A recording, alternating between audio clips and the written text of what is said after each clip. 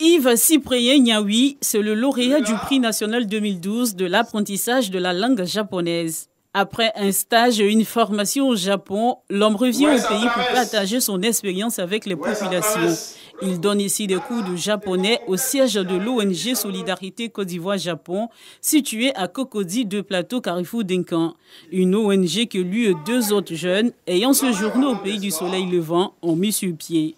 Titulaire d'un diplôme d'enseignant de la langue japonaise obtenu à Osaka au Japon, l'homme est de retour au pays depuis 2018.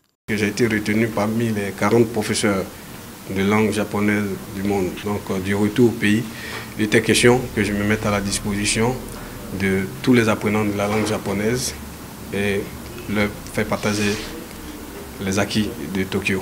Le cours du jour porte sur les idéogrammes, la base de l'écriture japonaise. Selon lui, il faudra au moins 150 heures de cours pour apprendre à parler aisément cette langue. C'est un cours d'écriture japonaise qu'on appelle le kanji. Et il faut comprendre que le kanji, c'est les idéogrammes d'origine chinoise. Le japonais n'avait pas d'identité en matière d'écriture. Donc, dans un volume horaire qui peut s'articuler autour de 2 mois et demi, apprendre à parler aisément et écrire aussi. Mais l'écriture japonaise, notamment le kanji, nous pouvons avoir plus de 2000 caractères. Mais pour les apprenants, c'est environ 1000 caractères qu'on va donc leur injecter. Mais cela va se faire de manière progressive. La classe de Cyprien compte ce jour 10 apprenants avec différentes catégories d'âge. Chacun d'eux a une raison d'être présent ici. Aujourd'hui, c'est ma première séance, ma toute première séance. Et déjà, je suis impressionné de voir qu'ils sont vraiment ponctueux, ils sont précis et beaucoup ordonnés. On va dire que c'est compliqué.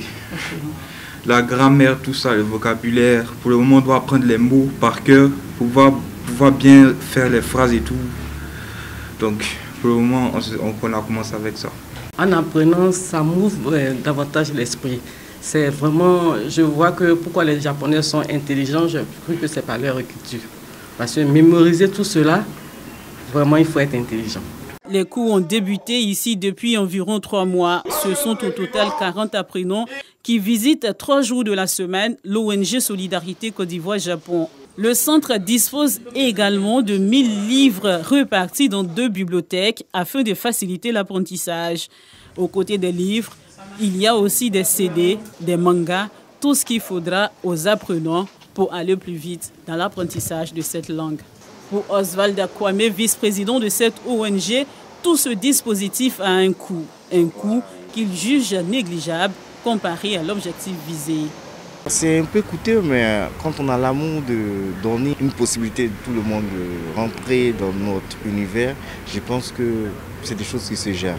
Il y a des coûts payants, il y a des coûts qui sont donnés gratuitement le jeudi. Ça, c'est l'ONG qui offre à la population et je pense que plus avec la solidarité de l'Union, nous ferons beaucoup la force. Autre destination, autre langue d'apprentissage. Toujours dans la commune de Cocody, cette fois à la 7e tranche, Edwige Cablan et Marina Quadio dispensent des cours d'anglais après un séjour passé hors du pays. Ce matin, elles préparent le cours à donner. Voilà, pour lancer une conversation, donc on va faire cet exercice-là. Elles se font appeler coach en vue de faciliter la communication, disent-elles. La classe est composée d'apprenantes déjà en activité professionnelle. Le cours du jour, c'était comment se présenter en anglais, puisque c'est la base même d'une conversation. Quand on vient de croiser quelqu'un, on va forcément se présenter, parler de soi un peu et tout. Voilà. Ça va, c'est convivial. Je ne faisais pas au début de très bonnes présentations. Maintenant, j'évolue bien, je comprends quand on me parle. Edwige Cablan est l'initiatrice du projet. Elle supervise tout et veille au bon fonctionnement du groupe. Aujourd'hui, même une simple commerçante a besoin de l'anglais. L'anglais dans le monde est la 2e langue la plus parlée et on ne peut rien faire aujourd'hui sans l'anglais. Tout se déroule bien, On a cette joie-là de savoir que par nous, des personnes arrivent à progresser dans leur carrière professionnelle et même dans leurs affaires, par le simple fait de pouvoir s'exprimer en anglais. Ces jeunes dames s'auto-emploient ainsi et elles entendent contribuer au développement du pays à travers cette initiative. Ça m'a permis personnellement d'avoir des personnes autour de moi avec qui travailler, des personnes qui ont le profil adéquat et qui ont aussi cette compétence-là qu'ils mettent au service des autres. Et ça crée de l'emploi aussi à ces jeunes personnes qui ont ce potentiel-là. Dans une ambiance conviviale, Edwige et ses collaboratrices simplifient l'anglais pour permettre aux apprenants de mieux assimiler la langue. Elles envisagent à créer un centre de référence pour l'apprentissage de cette langue, l'anglais. Quand il fait jour à Abidjan, ces femmes et ces hommes se réveillent avec un seul objectif, c'est de permettre aux Ivoiriens d'avoir du répondant sur le marché de l'emploi à l'échelle internationale. Le ministre de l'économie numérique, des télécommunications et de l'innovation en visite à l'École supérieure africaine des TIC ESATIC. Objectif, inaugurer la salle de formation Cisco et le centre PersonView, des spécialisations qui offrent plus d'opportunités aux apprenants. Nous avons, en plus du diplôme ESATIC, décidé de donner des certifications internationales à nos étudiants, de sorte que leur employabilité ne pose plus du tout de problème, à la fois en Côte d'Ivoire comme sur le marché international.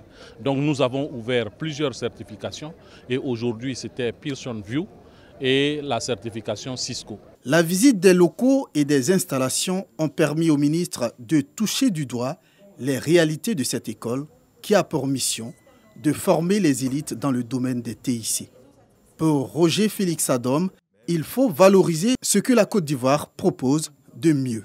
Nous sommes numéro 1 mondial en cacao, mais au lieu d'aller développer des logiciels de comptabilité ou des ERP qui existent partout dans le monde avec beaucoup d'autres équipementiers ou fournisseurs de services, notre ambition devra être d'aider nos agriculteurs. J'ai vu l'application qui permettait de voir la température du sol, de voir la qualité du sol. Donc tout cela, je pense que ce sera des choses qui seront porteurs pour nos parents. Il n'y a rien de plus important que réduire la fracture territoriale, de faire en sorte que, où qu'on soit en Côte d'Ivoire, les équipements numériques nous permettent d'accéder à tous les services possibles. Lors de cette cérémonie, 14 étudiants se sont vus honorés par l'école avec des prix d'excellence. 3 d'entre eux ont développé des applications et sont dans l'entrepreneuriat. Une étudiante, Olivia Bakayoko, obtient la bourse Eiffel du gouvernement français qui lui permettra de poursuivre ses études en France.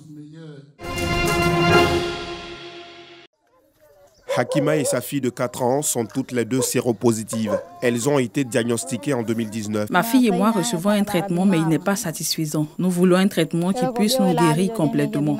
Comment on peut donner un traitement à un enfant à vie? Parfois, nous oublions même de lui donner ou bien elle fait des histoires pour les prendre. Nous sommes pauvres et je me lève très tôt pour aller travailler. Qui peut lui donner ces médicaments régulièrement? Dans ce petit village, près de 30 enfants sont positifs au VIH. Ils ont tous été victimes du réemploi systématique de seringues usagées. Il serait près de 1500 dans ce cas. Un scandale de santé publique révélé par ce médecin. Cela a été un choc. J'ai été sidéré quand j'ai vu ce bébé avec des antécédents médicaux qui avaient le VIH. Comment avait-elle attrapé le VIH? En 2 mois, j'ai trouvé 20 autres cas. Ils avaient tous la même histoire, les mêmes symptômes. Et ils étaient tous positifs au VIH. Depuis, le gouvernement oblige les médecins à utiliser des seringues à usage unique. C'est trop beau pour être vrai et trop optimiste pour croire qu'il n'y a plus de transition. Le virus du sida continue de circuler à l'Aracana. Et la vérité est que notre rythme de dépistage a ralenti. Les traitements antiviraux sont gratuits, mais les familles doivent couvrir les frais annexes liés à la maladie. Ils nous disent de faire des examens médicaux dans une clinique privée. Nous n'avons pas assez d'argent. Nous devons nourrir notre famille. Et comment payer un traitement? Je n'ai pas les moyens de faire passer des échographies. Je ne suis pas le seul. Nous sommes tous pauvres dans le village. Vallée de la mort, Furnace Creek, États-Unis. Vague de chaleur précoce dans l'ouest du pays. Dans la vallée de la mort, la température monte dangereusement. La vallée de la mort est l'endroit le plus chaud sur Terre. Notre record est de 56,7 degrés en 1913.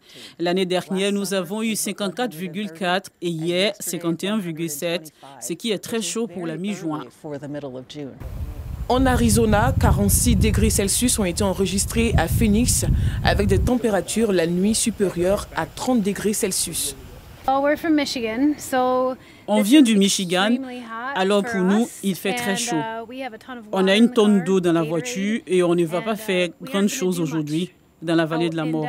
On sort de la voiture en vitesse, on prend une photo et on repart. Le paysage est spectaculaire. Tous les endroits sont très différents. Mais je n'imaginais pas une telle chaleur. Mais c'est très beau. Plusieurs États ont été placés en état d'alerte.